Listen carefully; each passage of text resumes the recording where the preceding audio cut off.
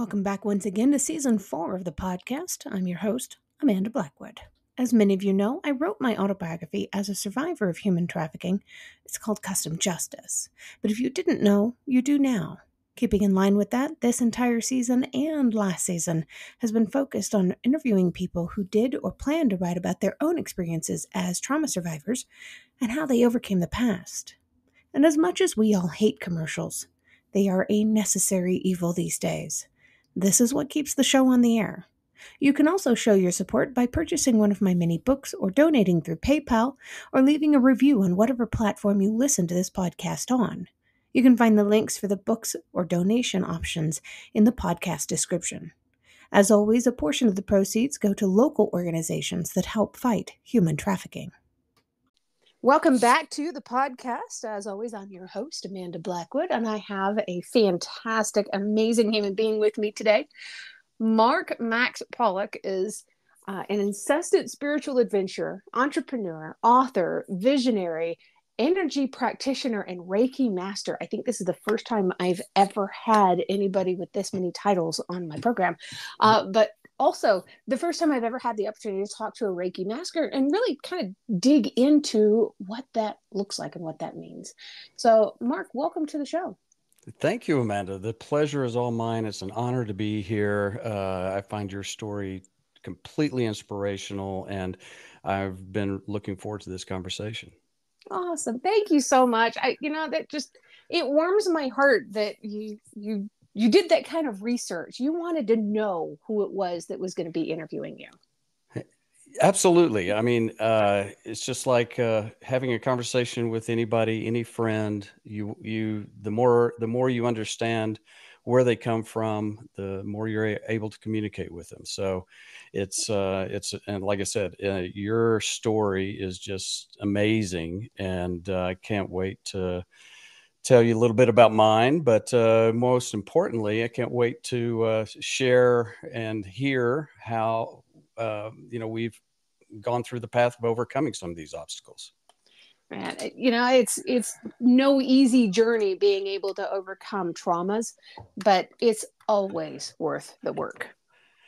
You know what it is, and it is work. I mean, that's the key. That's the name of the game, and it's not easy to face your fears, face your anger, face the bad decisions you've made in life, face what the cards you were dealt, and then decide that you're going to do whatever it takes to take that next step forward in your evolution. So and that process is a really painful one in my experience. And but you have to take it one step at a time. It's like the old adage, you got to eat that elephant one bite at a time. You've got to heal one painful step at a time. At least that's the way it worked for me. I had a troubled childhood. I had abandonment. My father left when I was 6. My mother was involved with a old high school boyfriend, and that turned into her eventually marrying him. He ended up just being an abusive nightmare. So after a long time, after several years, we ended up just basically escaping one day. And I think you can probably relate to this story, but it just got so bad that we packed up what we could in my mom's old blue Oldsmobile, and we just left and went into hiding. And we spent quite a long time just wandering around kind of nomadically, staying with friends, assistance from friends and churches, and sometimes sleeping in that old Oldsmobile, and just until she finally met another gentleman and ended up remarrying, and he ended up being a really nice fella. So wow. So I got lucky there. But by this time I'm 12, 13 years old, and a lot of damage had been done. And I basically got out of my youth and into early adulthood feeling really damaged. I was depressed, anxious, had a host of psychological issues, physical issues, just very broken individual. And it kind of culminated in my mid-20s to the point where I was had suicidal, self-destructive behaviors, and I just got to where I'm like, well, I've got to change things radically, or I'm not going to continue. It was too much pain involved. So that started my turnaround journey, which was a long, painful process, took decades, and but in the meantime, I learned a lot of valuable lessons. I basically nuked my belief system. I was during all the abusive period and early childhood. My mother was in a kind of a fundamentalist Christian environment, very rigid, and that played a big part in my, I should say, feeling that I was trapped. Really, I came to the point where I've had to admit to myself that I really don't believe anything that I've been taught.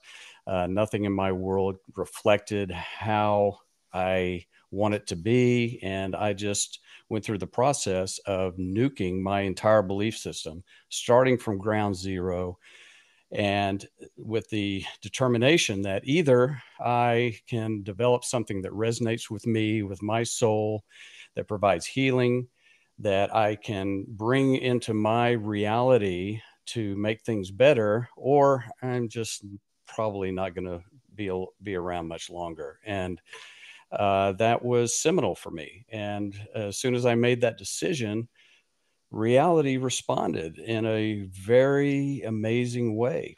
Just serendipity, people coming into my life with bits of information, reading far flung books of spiritualism and Eastern mysticism, and diving into also hardcore science, especially around the quantum realm, and trying to just piece together something that made sense to me. How does this reality work? How does the world work? Why am I here? All these big questions that we have, I just had to find the answers to. For whatever reason, I was driven to. I think it was just out of sheer desperation, and I began that process. Wow. That is quite the journey from a very troubled childhood. I love that you decided to start questioning things. You were already questioning your own mental health and your own abilities in life. And it sounds like you had been for a long time. But Yes. then you dove in deeper and really dug into the stuff that probably scared you, I would imagine. You know? Yeah, I mean, anytime.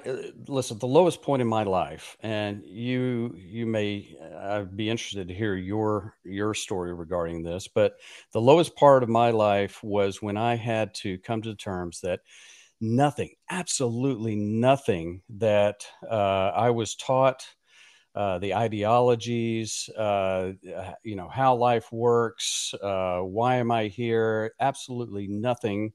I believed none of it. And I had to start with no belief system. And that is a scary place. I mean, Yeah. you're in a deep, dark hole with no answers about anything. And I didn't know if I would find the answers. I didn't know if I would ever get out of that deep, dark hole. And I think a lot of people find themselves in that very situation. Right. You get overwhelmed with nihilism and with uh, dissatisfaction with how you were brought up, and the what you were taught is real and truth. And when you come to the point where you have to admit to yourself that you no longer ascribe to any of these ideologies, it's just a really scary place. You're hanging out over a precipice, basically. Yeah, absolutely. I was brought up by a couple of baby boomers who believed that you never had to go to church to be a Christian, and Hmm. that if something was broken, you fixed it. And while I can agree with the if it's broken, you fix it, you don't just throw it away, what they were preaching basically was that if you are in an abusive relationship, you made the decision to be in that relationship. So it's your choice and your decision. You have to stay there. I Mm. got married to a man that was more than twice my age when I was 19, and I left him shortly afterward because he was abusive. And my parents, my family, tried to force me to go back to him by Mm. saying things like, "You made your bed, you got to lie in it." Yeah, it's that absolutist culture that a lot of Christians grow up with, right? I mean, they point to the Bible and to their interpretation of certain passages, and they say, "Well, this is the absolute truth, and no matter what, you're going to adhere to it, and that's the only way you're going to earn your way into heaven. Otherwise, you're going to be damned." Well, And and it's so it's strange. My hard. parents didn't know the Bible well enough to be able to quote any scriptures. They just said, "This is the way it is." As Wow. it was a very bizarre mentality. They believed that, um, and before we started recording, you had said something about you think you grow up with a crappy childhood, and then you find out about somebody else, and you think what I lived through was nothing. That was one of the things that I started to question, oddly enough. Mm. Um, when you experience trauma, it creates new neural pathways in your brain. And basically, you have to go through the grieving process to grieve for the person who would have been, because this trauma has changed who you are and who you will forever be. Mm. What my parents used to tell me when I was a kid growing up is, "Oh, you think this is bad? You ought to see what we had. You ought to see what we went through." And they would never talk about their traumas, but there was clearly something that had happened to both of them when they were kids growing up. And Isn't it crazy? everything in the world was compared to what they had experienced. Right, So, and people do that all the time, right? And I right, mean, look at our political discourse. It's like, yeah, that's bad, but this person did that. So it's like we live in a comparative society and culture, right, and uh, it's these um, pathologies don't just arrive out of nowhere. They're passed down from generation to generation, and I kind of went through the same process that I imagine you went through, and just like, I got to break this cycle yes, somehow, yeah, some way. And you go about trying to figure out how to do that. And, when you have a family like that, there's going to be very little support. And there's certainly very little in the way of examples to lead you. right, So I was searching for people and examples, and and I look outside of my culture, which was it was poor, working class, poor. There was just a lot of people in a cycle of poverty and a cycle of abuse and a cycle of just not being happy with their station in life.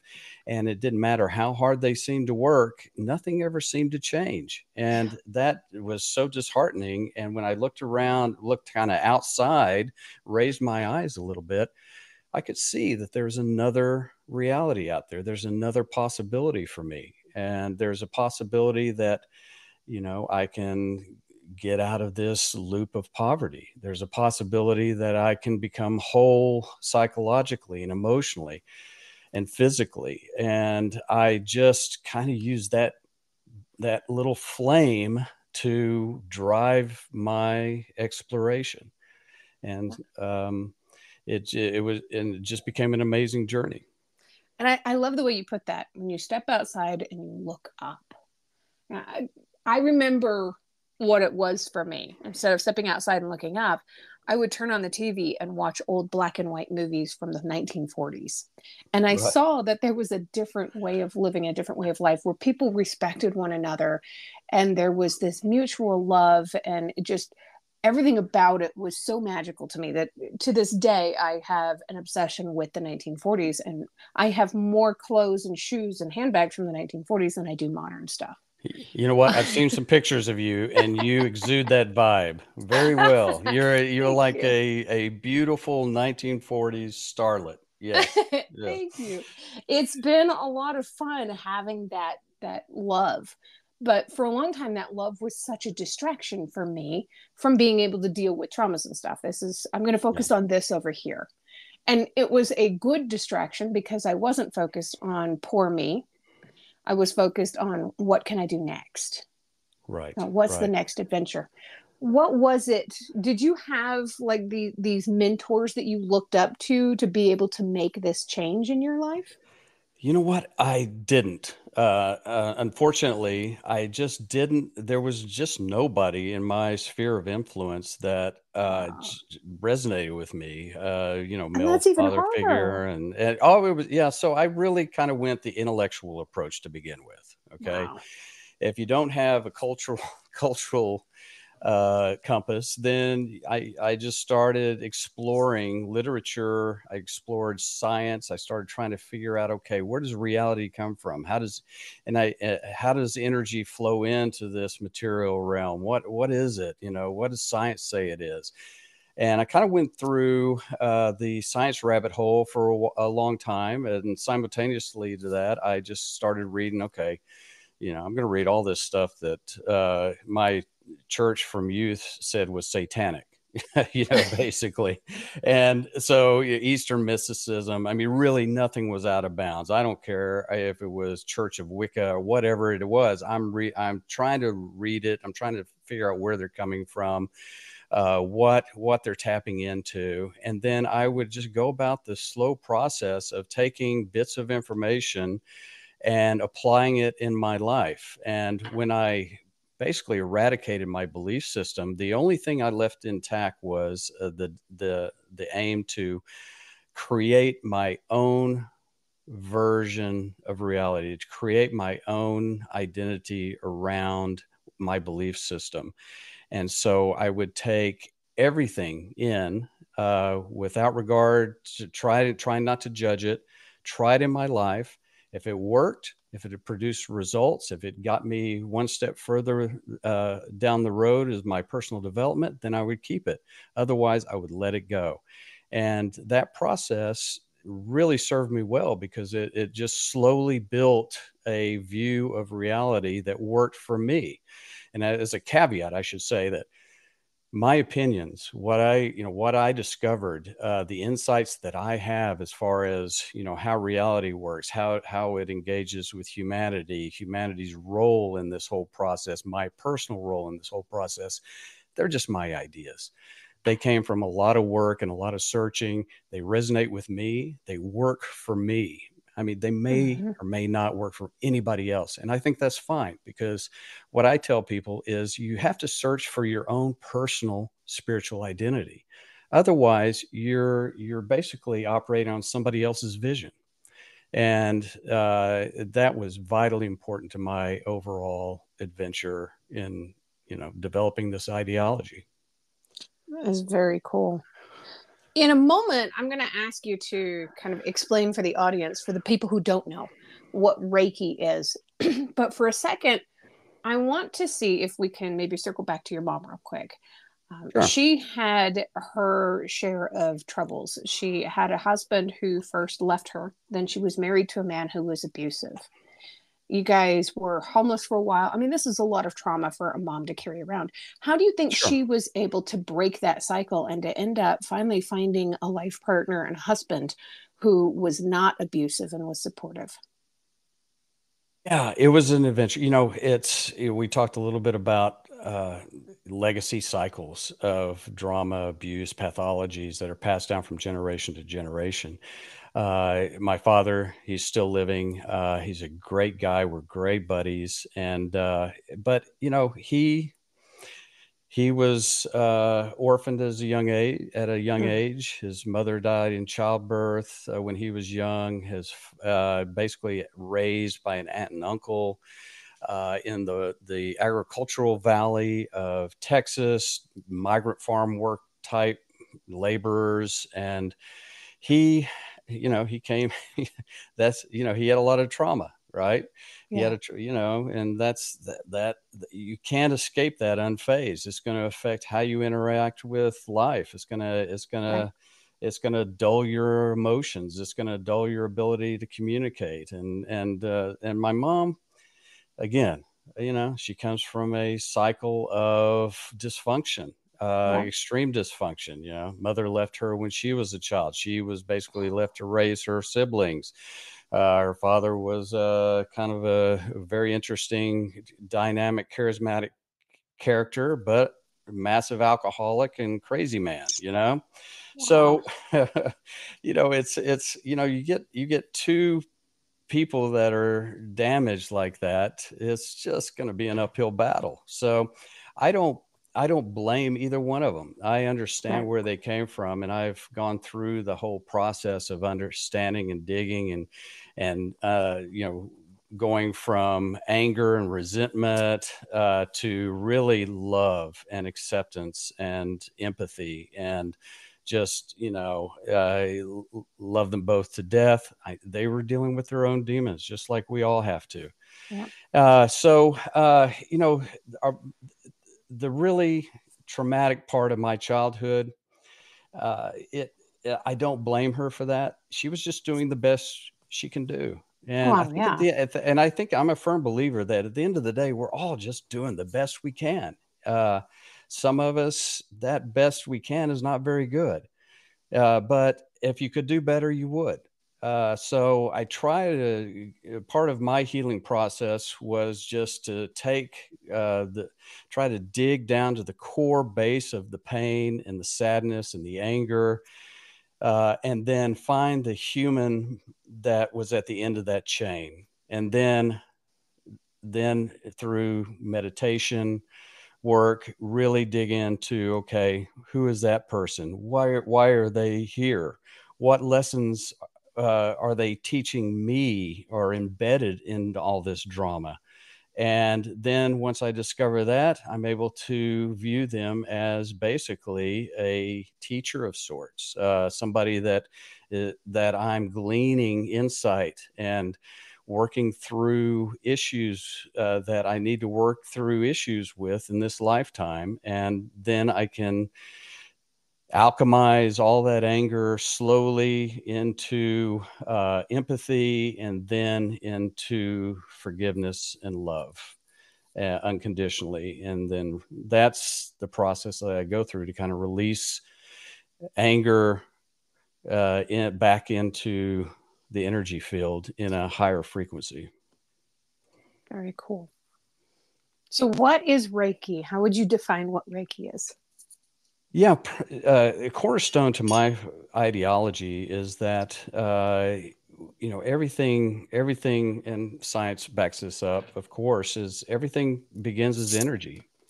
This universe, 13.8 billion years ago, emerged from a state of pure energy, and it's been on an evolutionary path ever since. And I believe that evolutionary path is to link energy w- with matter, so that energy can realize a full expression of this beautiful material realm that we occupy.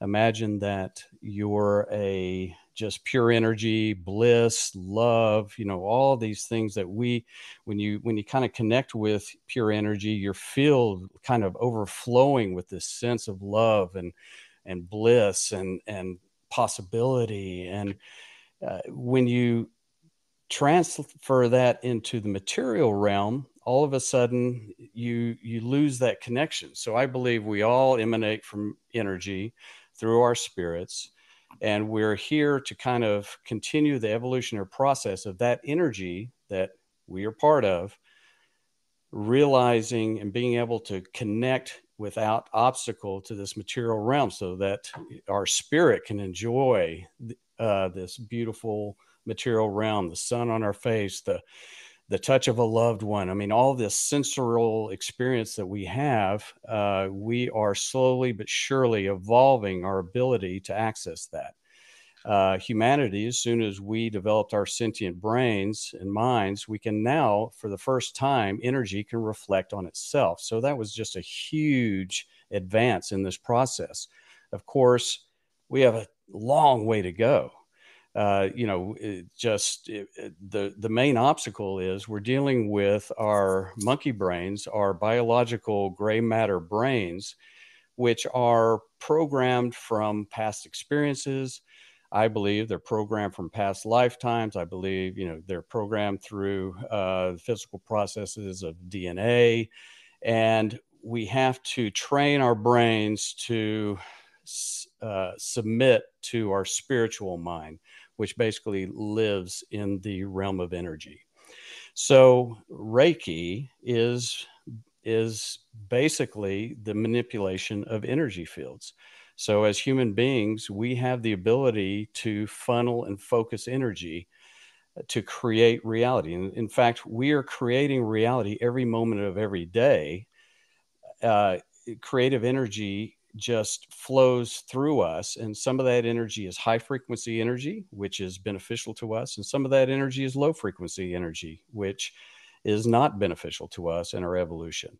So Reiki is a way to kind of manage that energy flow through the body, through the chakra systems, through our energetic fields, and we can manipulate that for healing. So the energy is a lot of time, most of the time when you're experiencing, I would say even all the time when you're experiencing some kind of a physical manifestation of sickness or something's going on with you, there is a block of the energy field.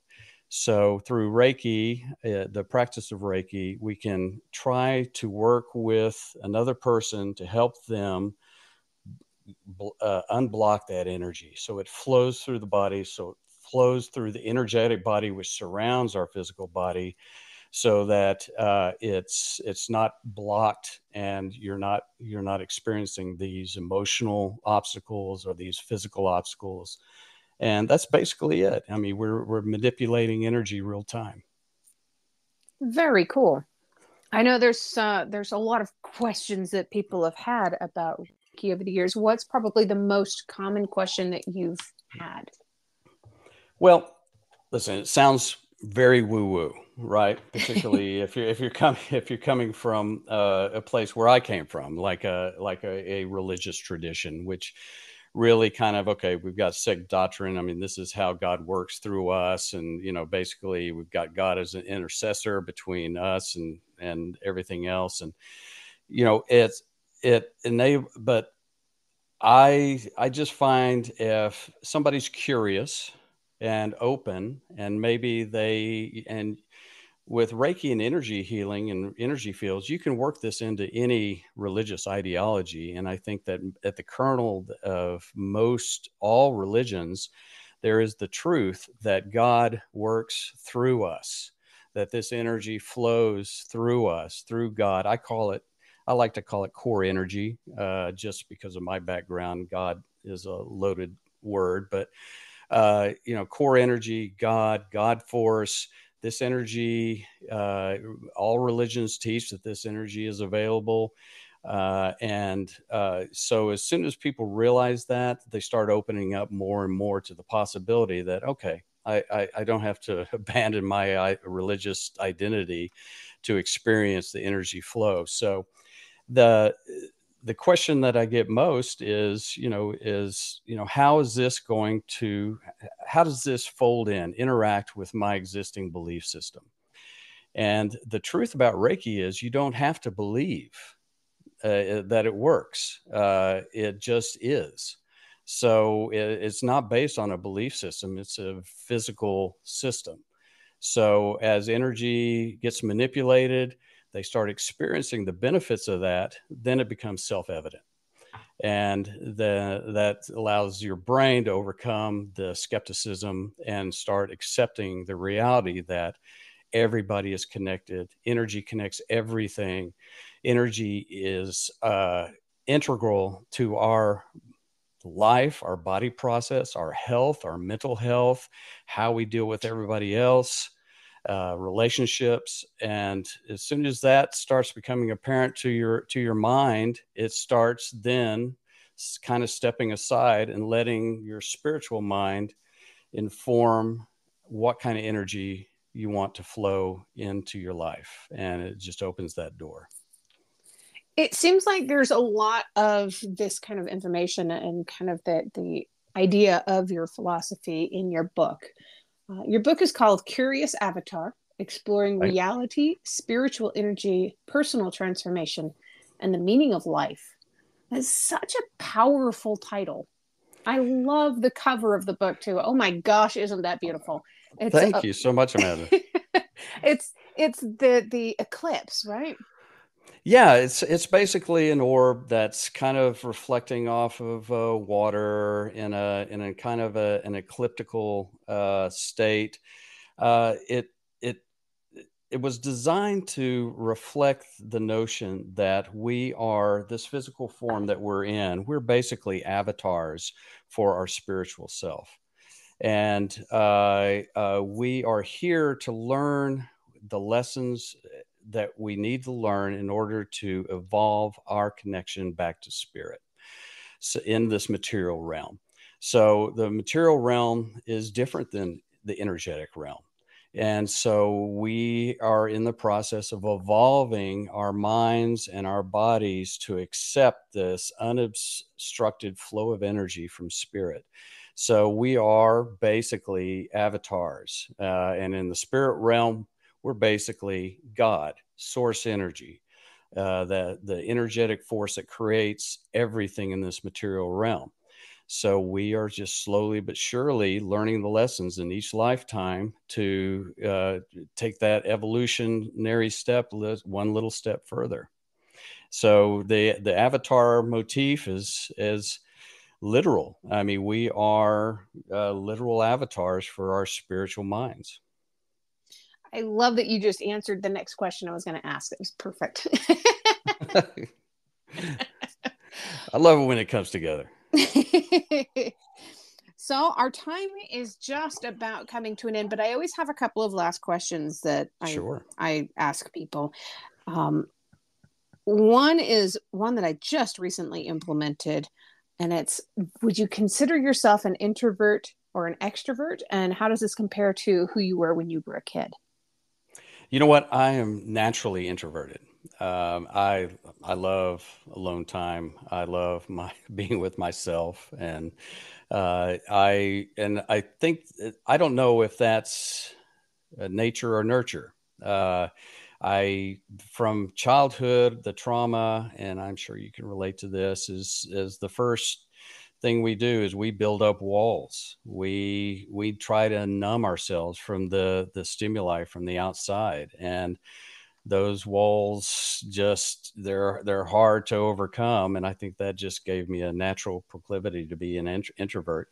I will say I'm not a true introvert from the sense that I love people. I love being around people. I love having conversations like this. I love exploring with people.